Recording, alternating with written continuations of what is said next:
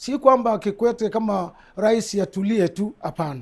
Anahitaji wazee wabadilishane mawazo, wafanye nini. Ndio hasa nia yetu sisi.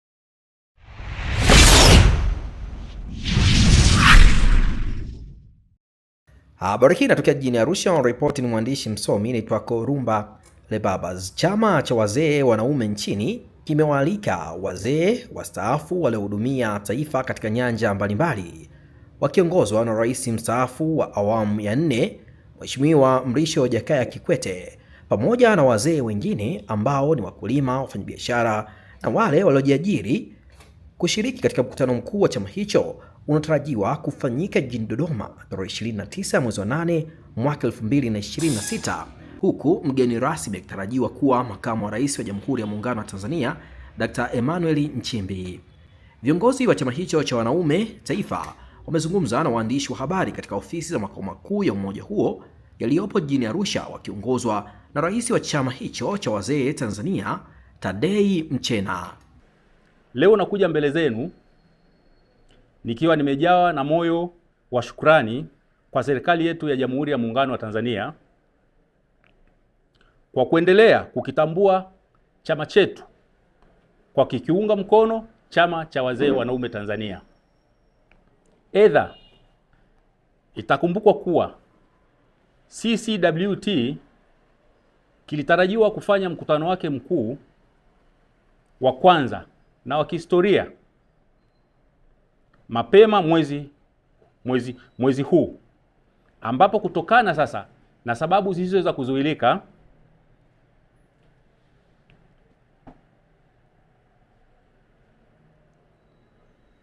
ambazo zilizoko nje ya uwezo wetu, mkutano huo umesogezwa mbele hadi tarehe 29 mwezi wa 8 2026 jijini Dodoma, makao makuu ya nchi. Ndugu waandishi wa habari, nichukue nafasi hii pamoja na mambo mengi kuitaka serikali kuharakisha mchakato wa upatikanaji wa sheria itakayomtambua mzee, tofauti na sera ya mwaka 2003 ambayo sera hiyo haitekelezeki. Pia tunamuomba Mheshimiwa Rais wa Jamhuri ya Muungano wa Tanzania, ikimpendeza, sheria hiyo ipelekwe bungeni kwa hati ya dharura ili na sisi wazee tuweze kupata stahiki zetu. Aidha, nitoe shime kwa wazee wote wanaume kote nchini kuendelea kuungana na kujiunga na chama chao ili kuendelea kuwa na sauti moja nchini Tanzania. Mwisho, sio kwa umuhimu, kuwataka wazee wote kuendelea kuwa tunu ya taifa kwa kushiriki kikamilifu katika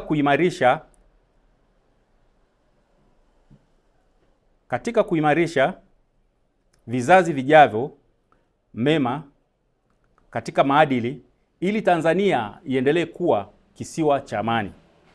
Wazee wengi hii huduma ya afya, hii bima ya afya ya 1,500,000 ni kweli hawawezi. Mimi niombe serikali kupitia Mheshimiwa Waziri wa Maendeleo ya Jamii, Jinsia, Wanawake na Makundi Maalum, Daktari Dorothy Gwajima, kama ananisikia, tuone sasa namna kusaidia wazee, kwa sababu mzee yule ambaye asiyejiweza, ambayo sera ya 2003 inasema ni mzee mwenye umri wa miaka 60, yule mzee anaenda pale hospitali, na wazee wengi wanaenda kwa watendaji, wanasema process lazima ianze kwa mtendaji.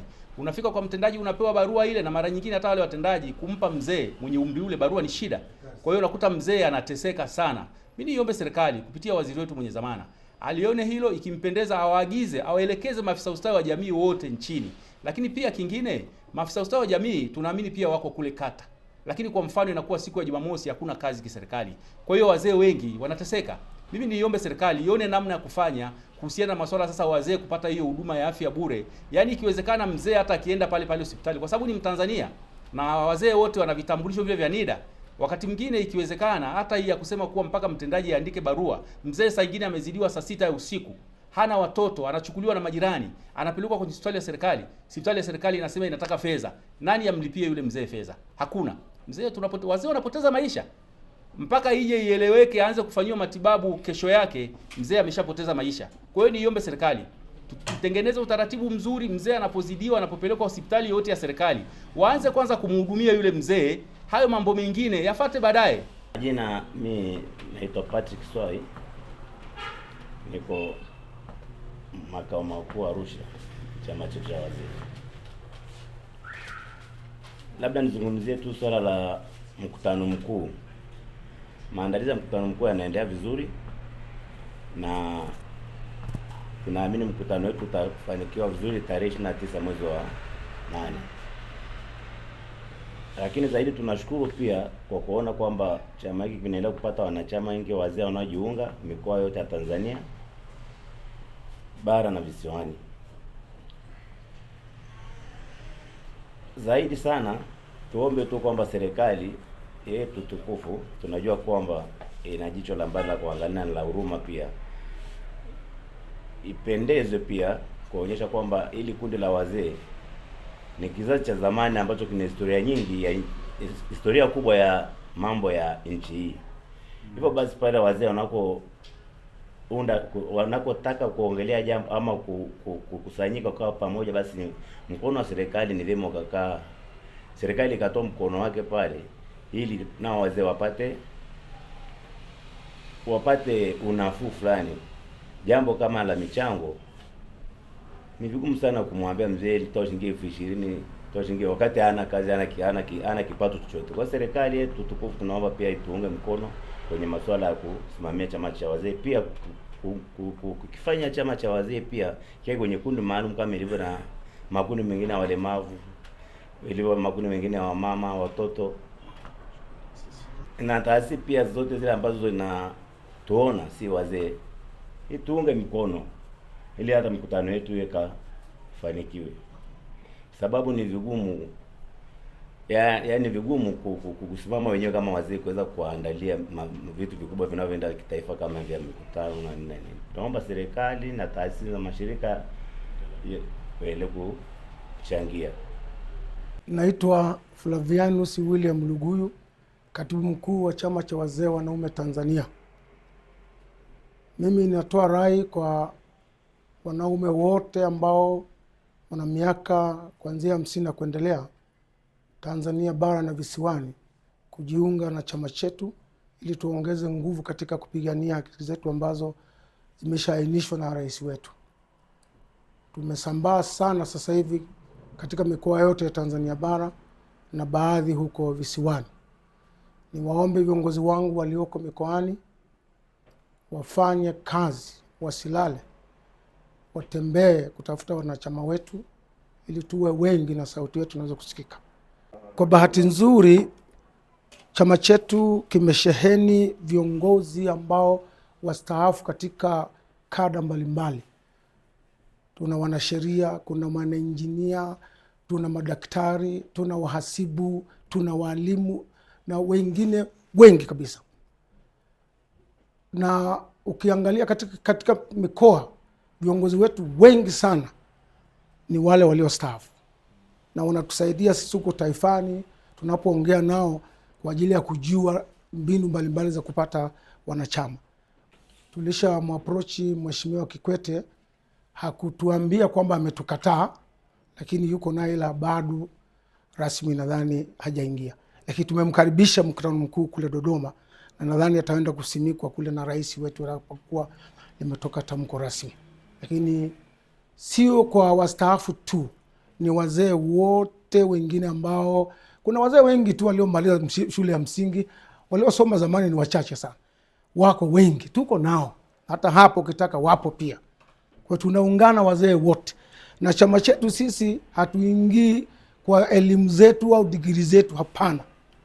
Tunaingia kwa hekima na busara na maadili yale ya kurudishwa yaliyokuwa yameanza kupotea. Mwanachama kama Kikwete anapokutana na wazee wenzake kama sisi na kubadilishana mawazo kwenye vikao vyetu mbalimbali, tayari inamtolea ile stress kama anayo na sisi hasa. Si kwamba Kikwete kama rais atulie tu, hapana. Anahitaji wazee wakubadilishana mawazo, wafanye nini, ndio hasa nia yetu sisi. Na tunapocheka namna hiyo, basi kuna vitu vingine vinatoka automatic, zile stress za kizee. Tamosha, niko kwenye chama cha wazee wanaume Tanzania. Sisi tumeteuliwa na Mheshimiwa Rais wetu kama dirisha dogo, ambao ni watendaji wakuu wa chama cha wazee wanaume Tanzania. Kwa hiyo nawaomba sana wamama waje wajiunge kwenye dirisha dogo la chama cha wazee wanaume Tanzania kuhudumia hawa wazee.